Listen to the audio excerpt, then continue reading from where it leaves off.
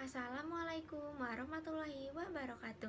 Halo semuanya, saya Dersya Udani Irawan Putri dengan NPM 253020115 dari program studi Teknologi Pangan kelas C. Pada kesempatan kali ini, saya akan mempresentasikan materi filsafat Pancasila. Pada saat upacara di hari Senin, kita sering mendengar Pancasila yang dibacakan oleh pembina upacara.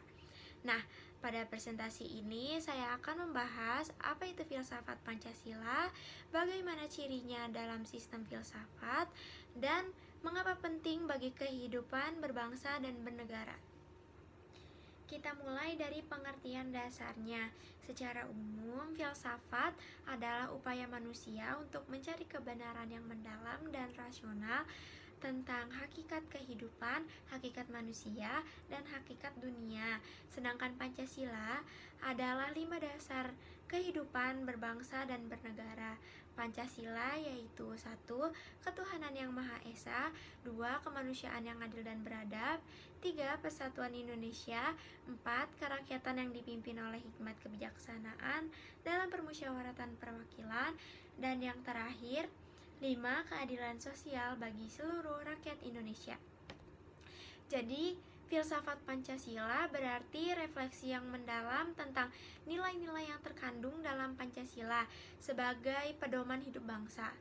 Pancasila bukan sekadar pemikiran Soekarno atau BPUPKI, melainkan perenungan kolektif bangsa Indonesia tentang nilai-nilai yang telah hidup dan mengakar dalam budaya kita jauh sebelum kemerdekaan.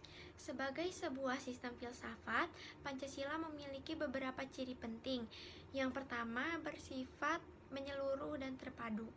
Kelima sila tidak bisa berdiri sendiri tetapi saling berkaitan. Contohnya, sila ketuhanan menjadi dasar moral bagi kemanusiaan, dan kemanusiaan menjadi landasan bagi persatuan. Artinya, Pancasila tidak bisa dipahami secara terpisah, harus dipahami sebagai satu kesatuan yang utuh.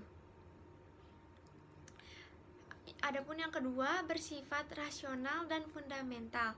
Pancasila memberikan dasar pemikiran yang mendalam tentang siapa manusia di Indonesia itu. Manusia. Untuk memahami Pancasila secara lebih dalam, kita bisa meninjau 3 dimensi filsafat. Pertama, ada ontologis, yaitu membahas tentang hakikat manusia. Seperti yang tadi saya bicarakan, Pancasila melihat manusia sebagai makhluk ciptaan Tuhan yang punya martabat dan kebebasan, tetapi juga memiliki tanggung jawab sosial. Yang kedua, epistemologis, yaitu membahas cara manusia memperoleh pengetahuan.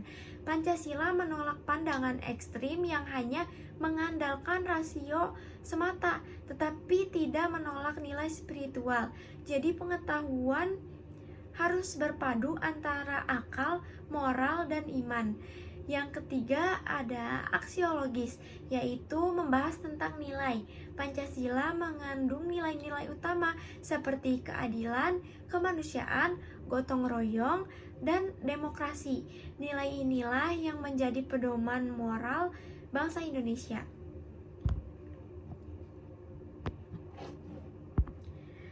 Terakhir, sebagai penutup, filsafat Pancasila mengajarkan kita bahwa dasar negara ini bukan sekadar rumusan politik, tetapi cerminan dari jati diri bangsa Indonesia. Dengan memahami Pancasila, kita belajar bahwa bernegara bukan hanya soal hukum dan kekuasaan, tetapi juga soal nilai, moral, dan kemanusiaan. Tugas kita sebagai generasi muda adalah menghidupkan kembali nilai-nilai Pancasila dalam pikiran, perkataan, maupun dalam tindakan, agar Pancasila tidak hanya dihafal, tetapi benar-benar dihayati dan diamalkan. Terima kasih sudah menyimak presentasi saya. Semoga setelah ini kita semua bisa melihat Pancasila bukan soal sebagai pelajaran wajib, tetapi sebagai filsafat hidup yang relevan dalam kehidupan sehari-hari.